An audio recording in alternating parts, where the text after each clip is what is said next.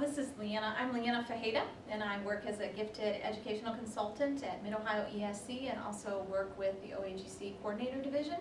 I wanted to talk with you briefly about all those wonderful early entrants to kindergarten or, yes, first grade that you may be getting. Especially, we tend to get them in the spring.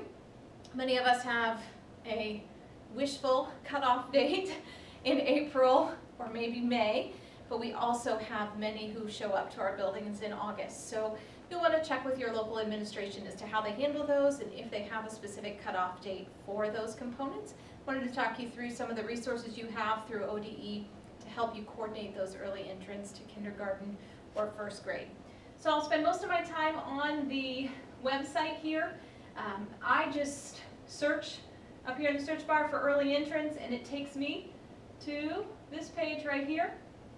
Actually, it takes me to a different page, but on this page, you can find this wonderful, helpful documentation about what is the process for enrolling my child into kindergarten early. It's very helpful for you to share with parents as well as for yourself. You'll notice that there's two different categories here in terms of first of all, which place does your district choose as their start date? Is it August 1st or September 30th? And then you'll notice that there is, do they turn 5 before the end of the school year or in the end of the calendar year, or do they turn 5 after January 1st or later? Because there are two different processes to go through with that. So first, wanted to talk you through a couple of those components. Please note that when you're here, there is a list for your districts as to when you have your kindergarten entrance date. This is important because should you have someone who is open enrolling into your district, they still have to abide by the kindergarten entrance date for their residing district. So if you would be a district that has a September 30th cutoff, but they're coming from a district that has an August 1st cutoff, it is still considered early entrance to kindergarten to your district, even though your district's entrance is different. So I thought I would point that out to you to ensure that you were able to think through that and be prepared for that. So let's assume you have that case, or a child misses the cutoff by a few dates. I would say for me that's the most common, is that you get students who are going to turn 5 right at the beginning of that school year, and the parents want to consider these students for early entrance. The first thing that I do is I make sure that I have a referral form. There is an example on ODE's website, should you like to just use that one. We have actually here taken that and kind of revamped it a little bit to meet our needs, but we put that together so that we have that for all of our administrators. We make sure our secretaries have this so that our elementary secretaries can hand a packet to those parents and they have those answers ready to go as they check in. We also refer parents to this website. I have created it into a checklist, but there's a kindergarten readiness checklist that you want to make sure that you ask parents to think through as they process this, regardless of when they turn 5, whether it's before or after that December 31st deadline. So you're going to want to look through that and take care of that. Should your child that you are considering for early entrance come to you and it is before December 31st, ODE has established that you can set your local guidelines as to how you wish to proceed.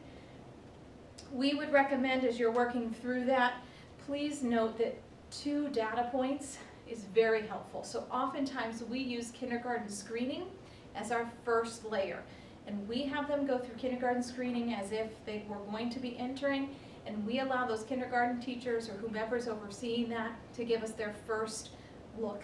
Do they think this child is academically and emotionally ready for their classroom? If they make it through that process, that's where you as a district decide what your next steps are. I personally use some additional testing, be it an NWA, iReady, or something that you use locally, or I use information from Terra Nova or Iowa or Woodcock-Johnson, another assessment that's approved for gifted identification as well. You're not required to do that, but certainly best practice would indicate that you should go ahead and proceed through that and follow those steps.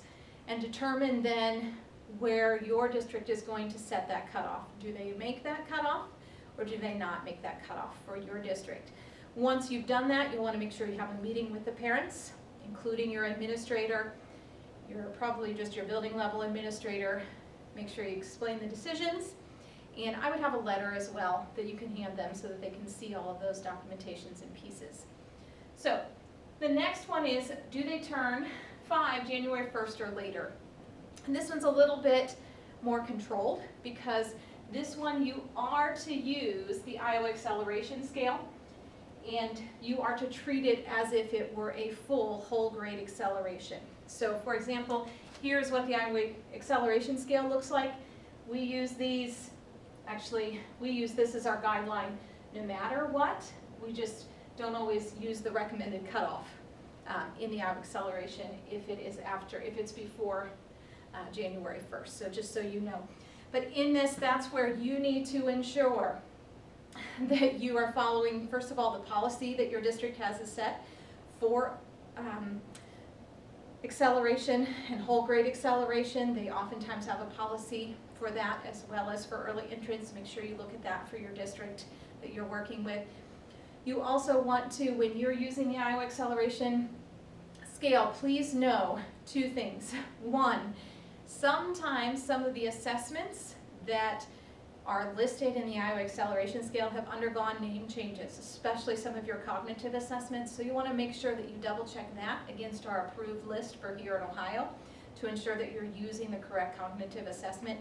You'll also want to note some of the cognitive assessments that we can give as gifted, in fact most of them, do not have norms that go below age 5.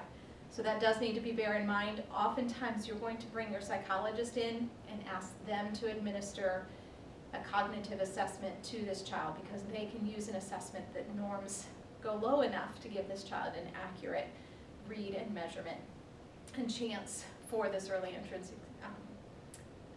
assessment. Then you'll want to use, I like to use a Woodcock-Johnson because it allows me to move those norms to the child, and I do not have to give a second assessment for an above grade level assessment, because you need an on grade level as well as an above level. So that's something I would also recommend you looking at and piecing. Many will note that what a child looks like when they come into kindergarten is very different from what 2 grade levels looks like, looks like in 2nd grade. So you want to take that into consideration. That's something we often take into consideration here where we're given local control. But that other caveat that I wanted to mention, actually the publishers for the Iowa Acceleration Scale are in the process of updating this Iowa Acceleration Scale and are going to have one specific to early entrance to kindergarten. It is not yet released at the time of this video, which is June 1st of 2021, but you want to go to their website and see if anything there is available for you. So just like as before, with this process, once you've made those decisions and scheduled those meetings, you want to make sure you have a meeting with the parents and the building administrator to go over what's going to be there. In either case, if they are approved, do make sure that you put together a written acceleration plan for that child that documents the acceleration, and that you report that appropriately through your EMIS coordinator or do it yourself if that's what you do in your district, to piece those together. The only other piece that I wanted to show you that you'll find on ODE's website is that there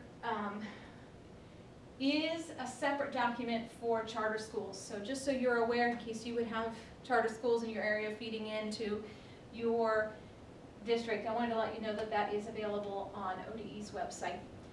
Honestly, ODE's website is the place to go to get all of this information, but if you need anything, please reach out to one of us on the coordinator division. We're happy to help walk you through all of this.